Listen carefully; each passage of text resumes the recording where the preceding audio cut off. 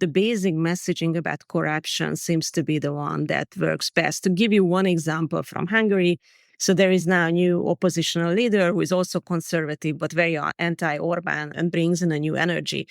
And he, on one day, posted on his social media that Orbán has a private zoo on his luxury estate, like a real zoo with animals. And not only that, but he has zebras for his grandkids there. Now, imagine this in Hungary, where people are really struggling with everyday life and buying groceries and making their chicken soup. And then here's this message: Viktor Orbán has a private zoo and has zebras. And who has zebras in Hungary?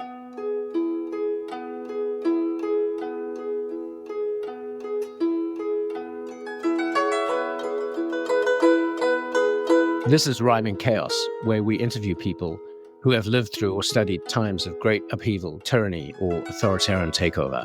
We hope these interviews can help us understand what's happening in the United States right now and how decent people can fight against it. Today, our guest is Julia Sonnevend. She's an associate professor of sociology and communications at the New School.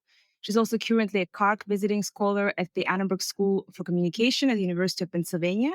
Julia studies the interconnections between media, democracy, and culture, and her most recent book is called Charm: How Magnetic Personalities Shape Global Politics. It was named one of the New Yorker's best books of 2024. Congrats, Julia, and welcome to the show. Thank you. Welcome, Julia. I'd like to start with the Prime Minister of your native land, Hungary, one Viktor Orbán, who is also one of the personalities in your book, Charm. I'll give a really brief biography, if I may, and Julia, please correct any mistakes I might make. He was born in 1963 in a small city in central Hungary to a middle-class family, the oldest of three boys. His father was an engineer at a farm collective, his mother a teacher. He studied law at university in Budapest. In 1988, he co-founded Fidesz, Alliance of Young Democrats, which was initially a liberal anti-communist student movement, and he gained prominence in 1989, a year of some significance, with a bold speech demanding Soviet troop withdrawal from Hungary. But after the democratic transition in Hungary, Orbán led his party's transformation from a liberal youth party to conservative force. He was prime minister from 1998 to 2002. One of Europe's youngest government leaders. But after losing power in 2002, he rebuilt his party, Fidesz, and returned as prime minister in 2010. And he's won consecutive elections in 2014, 2018, and 2022, maintaining a constitutional supermajority, but his tenure has been marked by what he himself calls illiberal democracy, or what Hungarian writer, former activist, and former politician Miklos Haraszti calls falsified democracy. And we have a podcast on that. Julia, to get back to you, if we may reduce everything to a soundbite, is that biography about right? And can you add some color and texture to our picture of the man? What is Orbán like personally? And to get to the subject of your book, how does he use charm to achieve his political goals?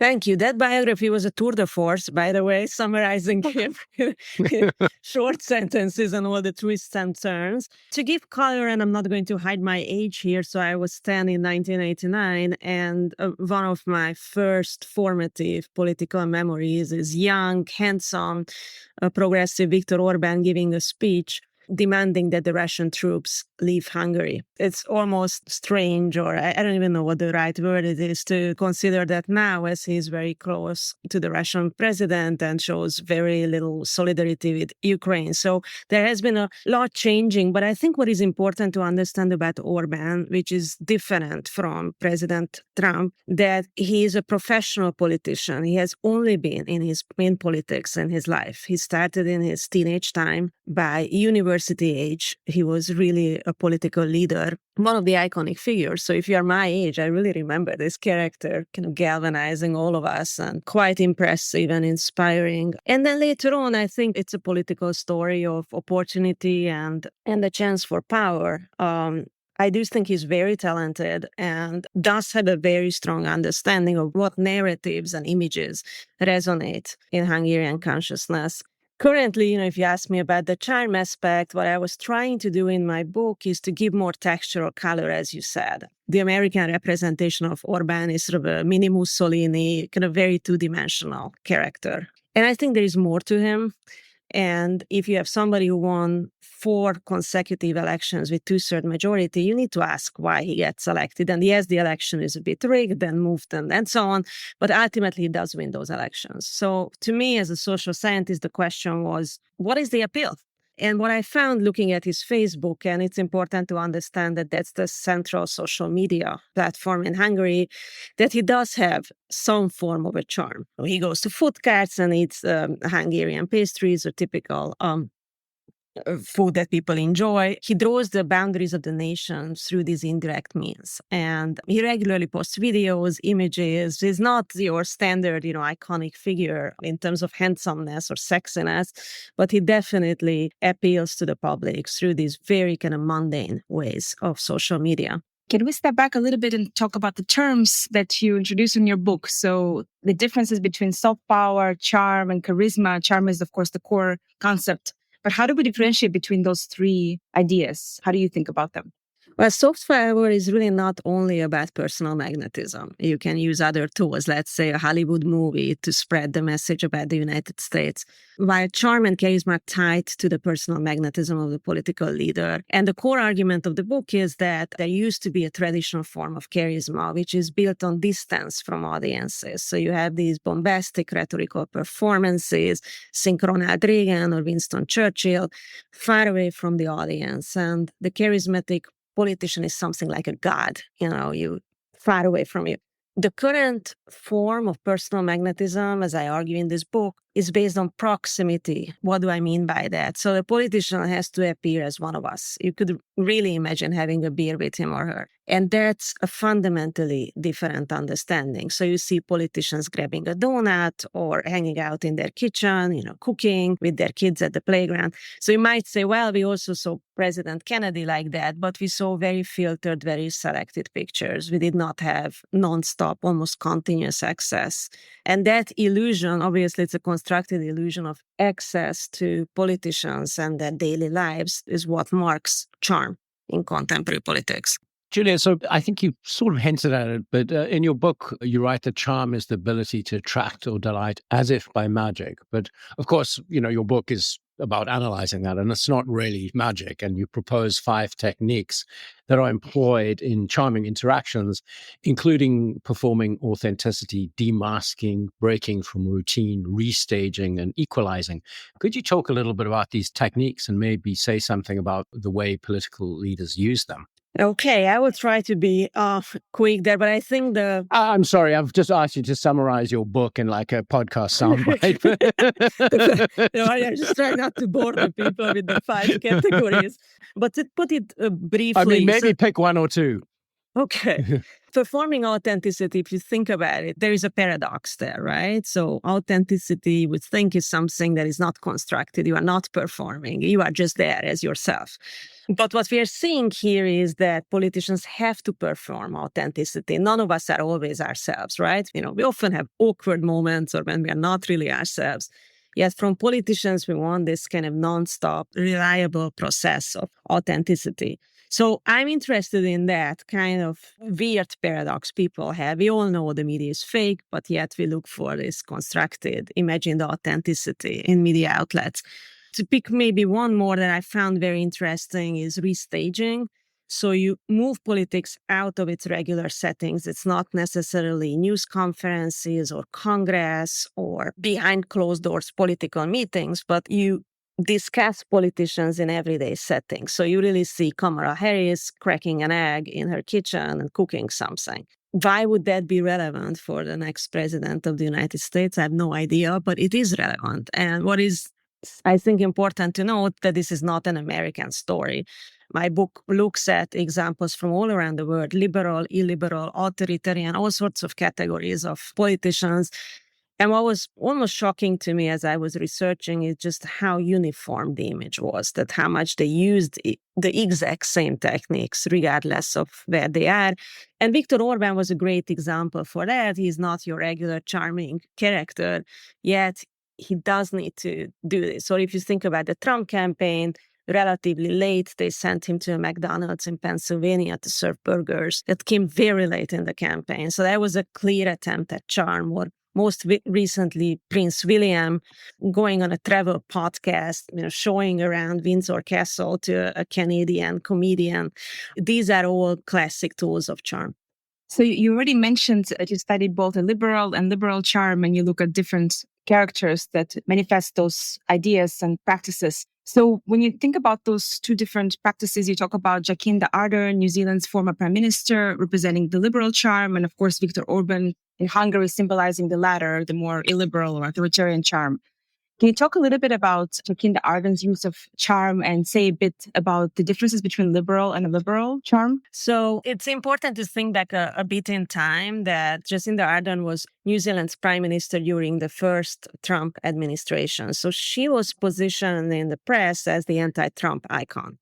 There's far away this beautiful country with female leadership, which is progressive, leftist, different from what we have in the United States. And so particularly American journalists positioned her as a contrast. And what we saw in terms of analyzing her online presence, and in this case, again, I looked at Facebook, which was the most important platform for her, that she's sitting in a hoodie next to a diaper pail, navigating, being a mother and the prime minister. And she said, I just talked with Joe Biden, or just had a conversation with the Queen of England. There are these everyday moments that she constructed. And then she announced the new legislation she's proposing, or mentioned something about her politics. So everyday life was closely tied with political messaging. And throughout, there was a message of kindness. So that was the core of her messaging. Projecting a politics of kindness. This is also a moment you might recall when there was a major shooting going on in 2 mosques in New Zealand, really scaring the Muslim community and creating tension in society. And she went to the site, hugged members of the Muslim community, and communicated the message of national unity.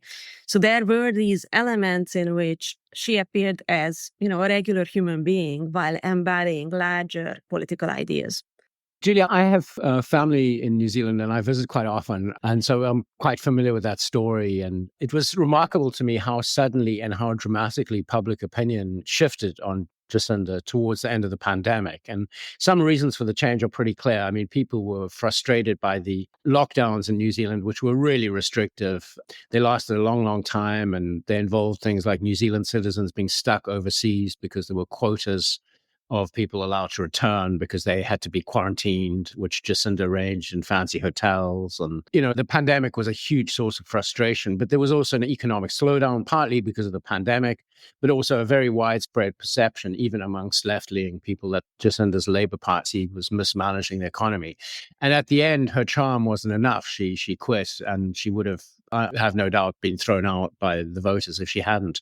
I noticed even amongst, left-wing Labour voting, people just felt that things were going wrong in New Zealand. I even felt that it might even have been that Jacinda's charm made people even more vexed with her because they had this perception that charm was just smiles and no action. And so what are the perils of charm for a politician? I mean, does it kind of get you into trouble? And is this something connected to the dichotomy you write about between seduction and deception?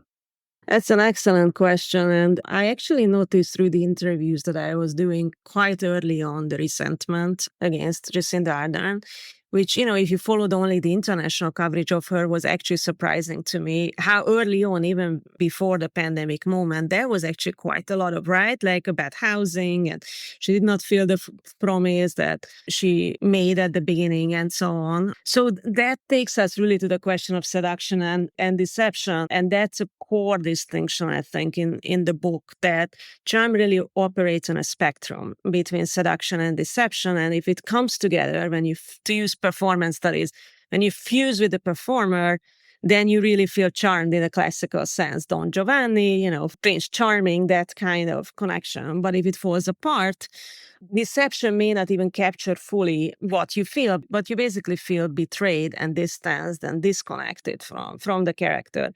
And I think with the frequency with which we get images, videos, texts of politicians, it is sort of a miracle when it works, because if you think of the chance for mistake, it's enormous. It's continuous content being pushed out.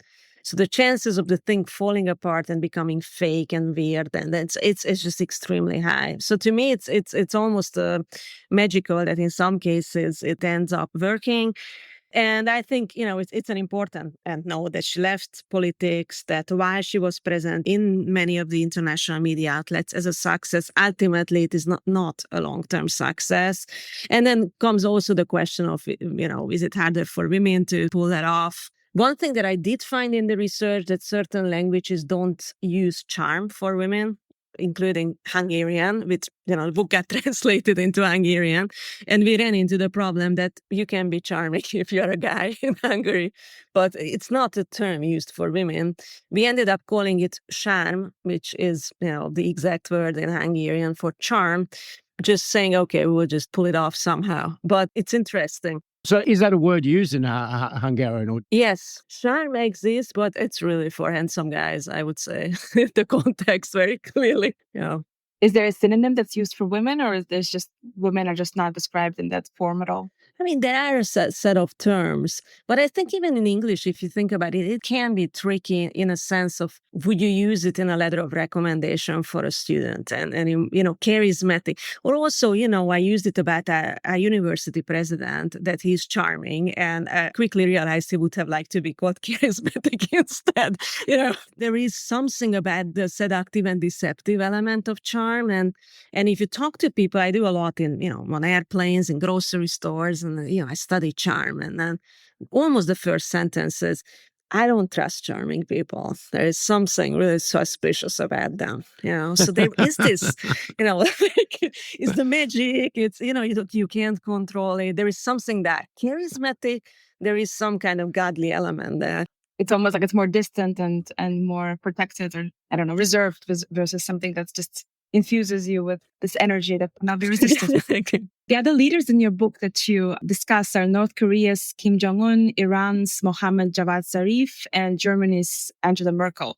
Kim Jong-un seems like an obvious choice, but the others maybe a little less so. Can you talk a little bit about why you included Mohammad Javad Zarif and Angela Merkel in your analysis? So those are two interesting examples. So Zarif, I looked at during the Iranian-American nuclear deal negotiations, which was in 2015. So a major moment in which Obama wanted to cut a deal, but Iran's image in the United States was quite negative. So there needed to be a little shift in public perception. And I think Zarif played the game quite well, taking walks with the U.S. Secretary of State, being very friendly, making jokes, smiling on all pictures. It was really more of a friendly setting. And what I found interesting in the news coverage that, of course, it's very difficult to cover nuclear deal negotiations, right? As a journalist, it's tedious, it's boring, it's mostly behind closed doors. So it really helped, particularly American journalists, to present it as an endearing moment between Kerry and Zarif, kind of two human beings coming together. And then the technical team also studied at MIT, both the Iranian and the US team. So there was an extra connection there. So journalists were able to show connection instead of distance. Obviously, it's another example in which the whole thing collapsed over time and relations are still tense. Angela Merkel, I included as a counter case. So I am a social scientist ultimately, so I do think in that way of, look, here is my theory. What are the cases in which it won't work? So I wanted to destroy my theory basically in the last chapter, showing a case in which somebody is not using any of my tools yet ends up being, Germany's chancellor for 16 years. So what I did, I looked at Instagram, saying that, well, if there is one platform where you have to be charming and visual, it's Instagram. And what I found that at the beginning, they were really trying. And then I think they rightly made a call. No, it's not going to work. You are not going to turn Angela Merkel into an Instagram celebrity. You are going to Instagramize Merkel in a sense that, so you rather present Merkel as herself on the platform Instagram instead of doing the opposite. So what they ended up doing, that she just gives, very complex speeches there about, virus transmission or whatever the issue of the day was, being entirely herself. And interestingly enough, it worked. But I did say in the book that it is Germany that has very negative experiences with charisma. So we do know that from public polls that publics really look for less charismatic leadership. It is shifting a little bit with the rise of certain parties. So we can say that it is as sort of a general rule. Obviously, there are exceptions to it. But I'm not sure the Merkel situation can be replicated fully in a different political context. So it also helped me to show the historical significance, the complexity of distinct national cultural settings, that it's not uniform, but it also showed a case in which you have basically a technocrat succeeding. So I wanted to show that it's like in life, you have a charming moment and a more bureaucratic moment, sort of up and down. It almost sounds like in Angela Merkel's case that she used who she is, a sort of technocrat who's kind of a nerd, and presented that authentically on the internet. It was almost like her lack of charm was charming. That's a great way of putting it. Yeah, because you do have a personality there. You get a sense of that. But, she's a scientist by training. She has the East German background. So there is really a complex history there that people know in the German context. But to me, it was an interesting and powerful example of avoiding these tools. And I was also able to show on Instagram that there were some moments when they tried and it was really awkward. It was just not matching. So they brought her to a farm to name a newborn calf, and she was sitting there in her full EU outfit, the regular, Merkel jacket that you always see. And it just didn't work. Like you saw Angela Merkel basically displaced in an awkward, ridiculous setting. And I think the right call was what was made by the team at the end. No, you just let her be. So to turn to Kim Jong-un, I mean, he is charming, and I find it very difficult to understand why, because he looks like some kid in my high school who used to, tear the wings off flies. He's kind of a slob. He smokes in an age when it's kind of really not even at all cool anymore. He dresses in a very 20th century sort of communist way. I mean, how is he charming? And I'm not saying he's not. I think he is, and I don't understand it. It's interesting you say that because I loved how Maria said, he's an obvious case, because I think you were the first one who said that. People usually have the opposite reaction of how can he be charming? But I think because Maria and I have a thing for dictators. Yeah, she's dealing with dictators daily, so she comparatively looks at them. So again, here it was a particular scene I looked at, which was 2018 and the Korean Olympics. And Kim Jong-un wanted to have positive media coverage. And so he opened himself up to cameras a bit more, and it was quite visible. He had these live covered conversations. There were really moments of everyday charm shown to Western cameras. And people who closely follow his politics were surprised by these moves. But again, they were just kind of really standard political communication tools being used in his case. So for me, it was an interesting example because I wanted to surprise the reader a little bit with some cases that they would not expect. So when I started to think of the book, I made it clear to the publisher that there are two people who will not be in it, and that's Obama and Trump. And the reason is because there's extensive discussion about both of them in this area. And I wanted to have something else, not write one more Obama book or one more Trump book. In that sense, I do mention them throughout, as you know, and I think Trump is an increasingly interesting case, more than when I published the book. But if you think about it, it's a risky move. It's a book for the U.S. audience that doesn't have a U.S. case study. So I was surprised that the U.S. media actually, really to my greatest surprise, very much picked it up. It was all over the place in outlets across the U.S. And I think partly because of the U.S. election in 24.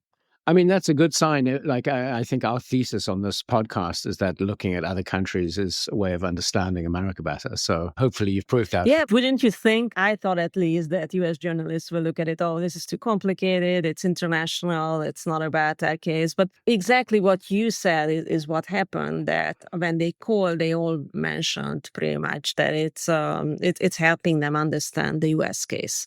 In the conclusion of your book, you talk about the swinging pendulum between voters' attraction to very charming leaders and to more plain technocrats. And you've already mentioned that. And we can see the pendulum in American politics from Trump to Biden and back. And so now I am going to ask you something related to the current time. We've also seen the swing from liberal to illiberal charm, from Obama to Trump. and who knows what's next. But what is, of course, and again, some of this is in your book, is what's really different now from any previous time in history is, to be glib, it's TikTok, but really it's the internet, it's mobile phones. Nearly 70% of the world uses the internet in some form regularly. And the penetration rate is obviously much higher. In Hungary, I believe it's 91.5%, and in the United States, 96%. And with all the AI video editing tools, video generation by AI going mainstream with the recent release of Sora, the latest release by OpenAI, you don't even have to look good in person to be charming on the internet.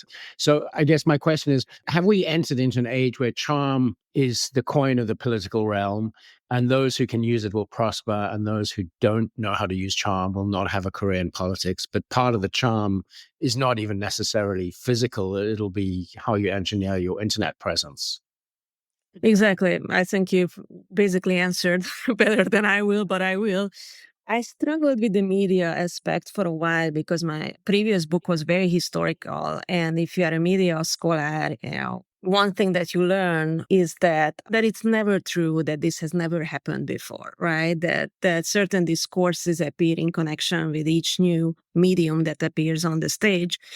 And so I became very careful in sort of formulating never before arguments. But, and here comes the but, in this particular case, I grew to accept that there is really a radical different media environment happening. And in which way is that the case? Well, if you consider the proliferation of videos and images, that really changes the game in terms of access to human beings in their everyday sense. And whatever I can say about previous media forms or technologies, that was not there. And what I also often teach my students that it is really the last 10 years what we are talking about. If you think about first presidency of Obama, he didn't deal with the same type of social media, the continuous presence of videos that people can take with their cameras and immediately upload to major platforms. So that is changing how we perceive human beings. And if you perceive human beings differently, you perceive their personal magnetism, their charm, their charisma differently. So I had to accept it, even as a historically minded person, that it's a different environment. And then what you say, I believe, is true, that you in some way or another have to play the game. If you are taking the Angela Merkel, you are still playing the game just by doing a radically opposite strategy. But you are referring to that charm that others are doing, okay? So what I'm saying here is that I don't think there's a way to really escape this game. And is it unfair? It is. So the recent example that I sometimes consider, you probably have seen the video of J.D. Vance going to a donut shop, picking up a donut, and it was kind of widely covered in media. There was an awkward scene. And then he came and said, well, do you know what happened there? Well, I walked in with a lot of security around me, and people were really scared in the donut shop, and it was hard for them to deal with it. And that's what you saw. So you reasonably can ask the question, is this really a fair assessment of politicians? But this is the game that they have to play. It makes me think also about the gender aspect of this game, because thinking back to the US election and Kamala Harris, being this kind of divisive figure, with some finding her very charming and then others kind of performative, it's not authentic enough. So it made me think about what you said earlier, how it's very challenging for female leaders, for politicians, to kind of play this game skillfully and compete to the same plane as men, because it seems like the expectations are, I don't know if they're higher, more contradictory, or how do you see that? Because I heard so many opposing views about her performance on social media. Yeah, I don't know whether it's higher, but I do think the standards are different. There are different types of expectations in terms of what you are supposed to do and how that is getting evaluated. In some cases, making it easier, in other cases, making it harder. I didn't find proof for a general kind of higher standard, but I did find proof for different types of expectations. So if you take the Jacinda Ardern case, whether a politician can manage a baby and her job is something that is not getting asked of guys. It's standard. You have children, you are a politician. But in her case, there was a repeated demand that she had to respond to, namely, can you, manage it all? And her approach was, just showing, yes, I can, I'm showing, I'm giving you access even to the delivery room. There's a famous picture of her right before birth, working basically before giving birth. But, is that something we actually want? I don't know. It's a very high standard on everybody else.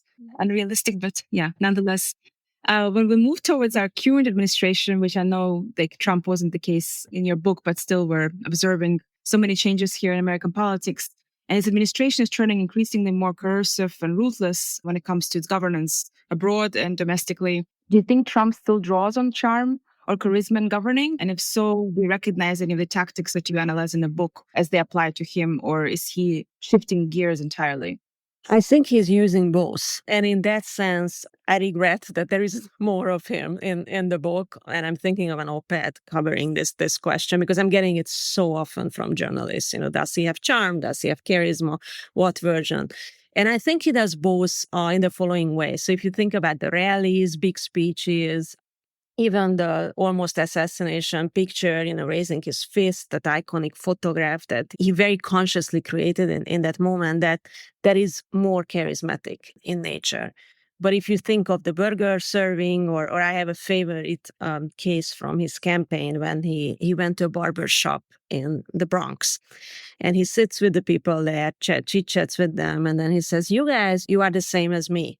And I was wondering, based on what metric, other than Queens maybe, but it communicated the message of charm, namely proximity. You are just like me. And I do think when he makes jokes or goes into, storytelling realm, which he frequently does, for instance, at rallies, there is more the charming realm, taking the grandkids to a sport game. I mean, these are classic tools. So I do think he does both in many ways, in a similar way as Orbán does, who also uses both. When looking around the world at other leaders, can I name a few? And maybe you can say if you think they employ charm or not, and how they do it. So, this is the dreaded question. Right? This is the dreaded question. Absolutely the dreaded question. Yeah. All right, I'll make it easier. Okay. I'll name a few and then just pick one or two that you want to talk about. Putin, Erdogan, Xi Jinping, Rwanda's Paul Kagame, Netanyahu, and Brazil's Lula. Those are great ones. I actually work now on a piece on Lula. Just is an incredibly interesting example. I think he has really the old world charm and very much weaponized. But then, as I learned, studying now more the case, there are also questions about charm and overdoing it. And in the same way as you described Ardern, I see much more tension in the local context in terms of how he's perceived. Recently, he's wearing too fancy clothes, too rich looking, too much into that universe, losing his kind of old leftist charm. So it's an interesting case. Erdogan, I should know more about. I have been thinking of working with a Turkish PhD student and try to write more clearly he's weaponizing in some cases. I would connect him more to charisma. And then with Netanyahu, I think anybody who researches the context knows that he's very strongly and frequently weaponizes both, for that matter. And those who work with him or who cover him as journalists regularly, they say the same to me as they say about Orbán, namely that when you meet him in person, he does throw you in like a vacuum cleaner.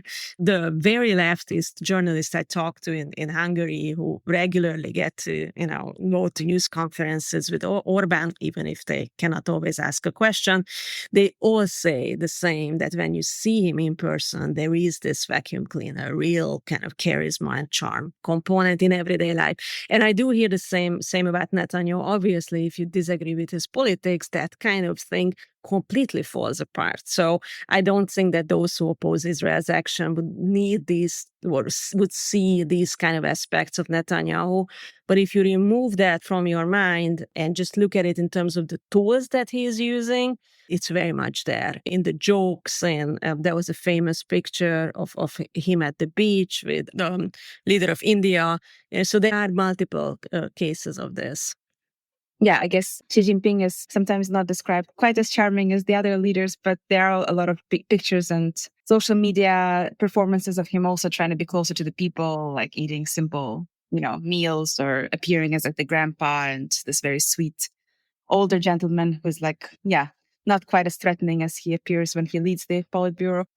I was wondering what you think of him in that sense of would you use the word charm? Typically, Jeremy, I don't know how you see him, but I don't think charm is the word I would apply like directly to when I think of him. But I do think that there's a deployment of charm in terms of creating a certain image that's warmer, that's closer to the public, that's sometimes a little bit funny, but organically doesn't quite come through. I think it's a lot of this is like made through the performed through the media tools. And sometimes they're young people that are working on these various platforms to make sure that he looks more appealing or more, good-natured and sweet and all of those things. But, the way he is as a leader, it's often very stern. I think his personality, he doesn't have a charming bone in his body naturally, but he has some good propagandists working around him. When we think about Jiang Zemin, right? Absolutely charming fellow.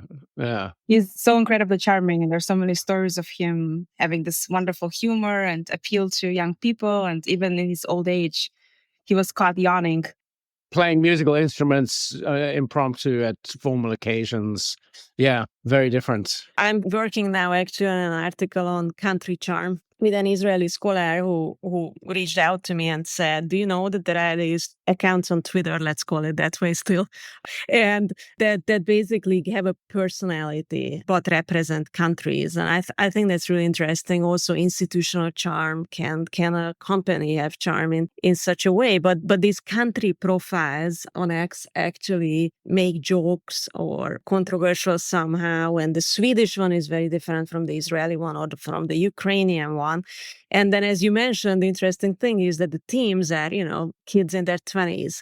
It's the same kind of thing, right? So you might be representing Ukraine, but it's, basically a group of college students coming together. And that's something we should consider too, right? That much of this constructed image of politicians is done by people that, at least are much younger than I am. Yeah, younger people, and sometimes it's also transnational work. Like when I think about when we think about nation branding, is creating this kind of image of a nation. I guess it overlaps a bit with this deployment of charm. They're often hiring companies or young people from other countries to create the image that might appear as more charming or more exciting to global audiences. So it's like, is it even created by people from the same country? It might have even been kind of a transnational branding effort, which is a whole thing that's also really fascinating. I agree. I think that's something that we don't often consider, that, there are these actual faces behind it. And we know it from our classes as we teach this generation that obviously, you would hire an 18 or 20-year-old to do this. But then what does that mean in terms of the construction of the messaging? Mm-hmm. Absolutely. And when we think about charm and the cult of personality, like those two, I guess, ideas, practices, do all leaders with personality cults have charm, or is it just one possible tool when it comes to those who actually manage to garner this huge following, cult-like following? I think it's one possible tool. I could imagine a kind of no charm approach and still have kind of cultish appeal. But as we discussed, I think in the contemporary media environment, just because of the excess of visuals, it is probably hard to maintain appeal if you are just distinctively kind of non-charming in that realm. And there is really the question of authenticity that we haven't touched upon that much. So what does that really mean? I keep thinking of that question of being really authentic in the media and our desire, a fervent desire to look for that. I mean, one example I mentioned in the book is when Hillary Clinton, during the campaign, didn't know how to use a Metro card in New York, that you need to swipe, at least used to, swipe in New York at the subway. And so what does that mean that, she doesn't know how to do that? Does it signal anything more than that? But it does. People do want you to understand sort of everyday life, even though we know that Hillary Clinton will not use the subway, right? So there is the expectation that she should know, while we know that that's about the last thing that she takes in her daily life. Well, I mean, my sense with Donald Trump is the authenticity. I mean, sometimes there's some sort of pretending to be a real American fake stuff, but I feel as though what's authentic about Donald Trump is that he gives everybody permission to be their worst self. If the president can lie and cheat on his wife and cheat on his taxes and, my peccadillos are fine. I mean, could you read that as a side of authenticity? I think so. I do interpret it in the same way as you do. That I think it's like the uncle who sits there at the dinner and says whatever he wants to say, and you might be annoyed by him, but there is something to to that, right? That he just says it all. The things that you're worried about saying, it's all out there. And I think the other is wealth and the American dream and making it. So I think while he does serve burgers occasionally in McDonald's, people do associate him with money, and he's not shy about that to show Mar-a-Lago or to show some aspects of, what it means to be rich, including outfits of, family members and so on. And I think people are fascinated and mesmerized by that aspect too. Yeah, it's like aspirational wealth and status that he is inspiring. Like if he can do it, we can do it kind of thing. You too can have a gold toilet. Yeah, I mean, I do remind people as I'm, I'm an immigrant, I'm a recent US citizen and so on, that I think is worth remembering that for people like me who came here, the American dream often means something. It does mean to me, right? And there is this idea of you build up something and you try to reach some level of stability and power or wealth or whatever we call it in minimal ways we can. But I think I often feel that, particularly on the left, that's not understood enough. The appeal of this kind of drive and future, if you came here, right? I think that's very true. I mean, all three of us are immigrants, and it definitely gives you a different view of a lot of stuff going on in this country. The sort of native left does not see in the same way. Yeah, I was just in Miami recently and, talking with the Cuban community there, and the Uber driver there telling me he voted for Trump recently, just became a citizen, and that was his first vote. So I think we do need to understand these kind of elements and what drives that kind of thinking. So I often tell my students, to their greatest surprise at the new school that, I actually think the American dream is important to a lot of people, and that we need to understand it better so that we understand why certain elections go in ways. How do you unmask illiberal charm? Like, if you want to contribute to the breaking of a cult of personality and the defense of democracy in some country, how do you do that? So what I have seen, and Maria will have her perspective on this thing, my sense is that the examples I have seen, the basic messaging about corruption seems to be the one that works best. To give you one example from Hungary, so there is now a new oppositional leader who is also conservative, but very anti-Orbán and brings in a new energy. And he, on one day, posted on his social media that Orbán has a private zoo on his luxury estate, like a real zoo with animals. And not only that, but he has zebras for his grandkids there. Now, imagine this in Hungary, where people are really struggling with everyday life and buying groceries and making their chicken soup. And then here's this message: Viktor Orbán has a private zoo and has zebras. And who has zebras in Hungary? Like nobody. And this exploded on social media, and there were a lot of memes and images of Orbán riding a zebra and all that. The zebra became basically an oppositional icon. And I think it's the perfect example. So the opposition always talked about corruption, billions of forints being stolen. Nobody cared. But if you say there is a zebra on his private luxury estate for his grandkids, that's something tangible and outrageous. And this is what the new opposition leader does repeatedly. He never goes into culture debates. He never discusses, wokeness or topics like that could polarize people in the opposition. He is laser focused on corruption, similarly to Navalny, I would say, in the Russian context. I mean, I guess when I think about the US, I wonder if this works because we have such outrageous examples of Trump's wealth and, just the family's wealth and what they're getting from various deals. And it seems like, if we go back to your point about American dream, like I wonder if that specific aspiration towards wealth here and towards status makes his story almost appealing to many people. And it's like, well, so what if it's corrupt? So what if, it's outrageous, but then I'd rather dream of getting there than not. So I wonder how much it can Yeah, I think in the US case, it is really complicated. And it's also a different case because with Orbán, you do know that the family was not wealthy. And the one and only thing that made them rich is politics. No, that's not exactly true about the Trump family. So I think that's where things become more complicated. What I have seen, though, throughout in international cases, that vocabularies on democracy, as much as we want it to be important, don't appeal to people. In Hungary, the opposition lost 4 consecutive elections, focusing on authoritarianism, on democracy, on the rule of law, and people didn't care. It was a heartbreaking lesson each time for somebody like me who really believed in that transition to democracy from communism in 1989. But it is not meaningful to most people. So what the new opposition leader does understand that it's about everyday life. And he almost never speaks about lofty ideals or the Constitution or the Constitutional Court. Sad or not, it seems to be the reality.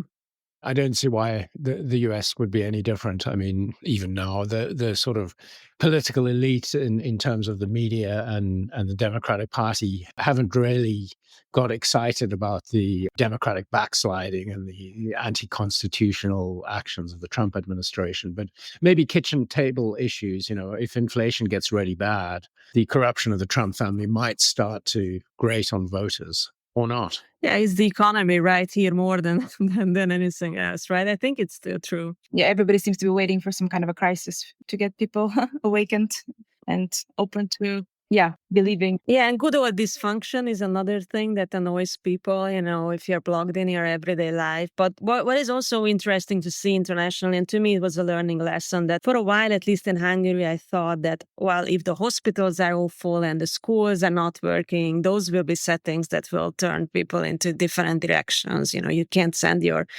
parent to a public hospital without the risk of infection that maybe, makes you vote differently, but it doesn't, So interestingly, those experiences are not enough. It needs powerful messaging to kind of land that story. Yeah, it's like currently with the government shutdown, there are stories of airlines, malfunctioning, and all these traffic controllers are they're not working, and just like things are clearly starting to slow down when it comes to travel.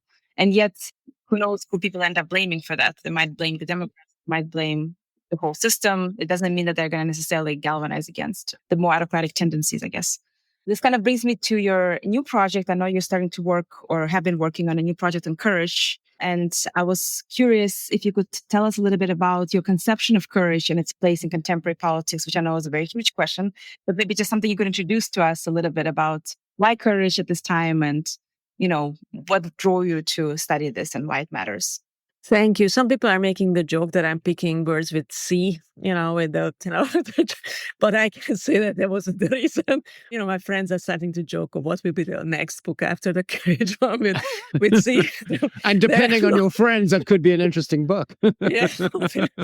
I have also 2 brothers, so as you can imagine, a lot of jokes about everything that I'm doing. But to go back to the courage book, so what I'm interested in is everyday courage. It's not Raoul Wallenberg or John Lewis or these major historical moments of courage. Those are important and we learned about them in school, but I think most of us, fortunately maybe, don't face those kind of decisions. Whether you can save thousands of people during the Holocaust or not, these are exceptional moments in history. But we do face moments of courage, and I actually have a little stone here. People will not see it on the podcast, but it says courage. So there is a lot of discussion about courage in everyday life too. So we do face everyday moments of courage. For instance, in faculty meetings regularly, should I say something? Should I not? If you don't, you sleep better, but sometimes. But there are cases when you have to say something. The latest training you have to do, should you say that it makes sense or not make sense? In any kind of workplace, people face these moments of courage. We also face them in marriages, relationships, how to draw a boundary without breaking a heart, how to communicate about love in meaningful ways. These are everyday moments of courage. And obviously, we also face them in decisions about politics. Should I post that to social media? If I change my profile picture, is that really an act of resistance about anything? So these are little moments in which you think through, should I take the path of courage? And so the plan is that I interview 100 Americans about their everyday moments of courage. How do they make these decisions in workplaces, in private life, and in politics? It is a new territory for me, as I haven't done interviews beforehand extensively with, in everyday life. But I do want to understand how courage operates, and with the question of should we take that route or not in each case? And I want to show throughout that courage is not only acting or speaking, sometimes listening or holding back or showing restraint or connecting with a person who has a different point of view takes more courage than just saying your own thing over and over again. Yeah, the very different facets that are more subtle, that are, going to come out in the next book. Looking forward to it. Thank you. The Rhyming Chaos podcast is produced by me, Maria Repnikova. And me, Jeremy Goldkorn. The show is edited by Kadra Scripts. The theme music is Paperboy, composed and performed on the guzheng by Wu Fei. Our closing music is Eric Satie's Gymnopédie No. 1, arranged and performed by Wu Fei. Our cover art is by Li Yunfei. Please subscribe wherever you get your podcasts, leave us a review, and if you like what we're doing, please take out a paid subscription at rhymingchaos.com. Thank you so much, Julia. Thank you. It was wonderful. Thank you so much. This was fun.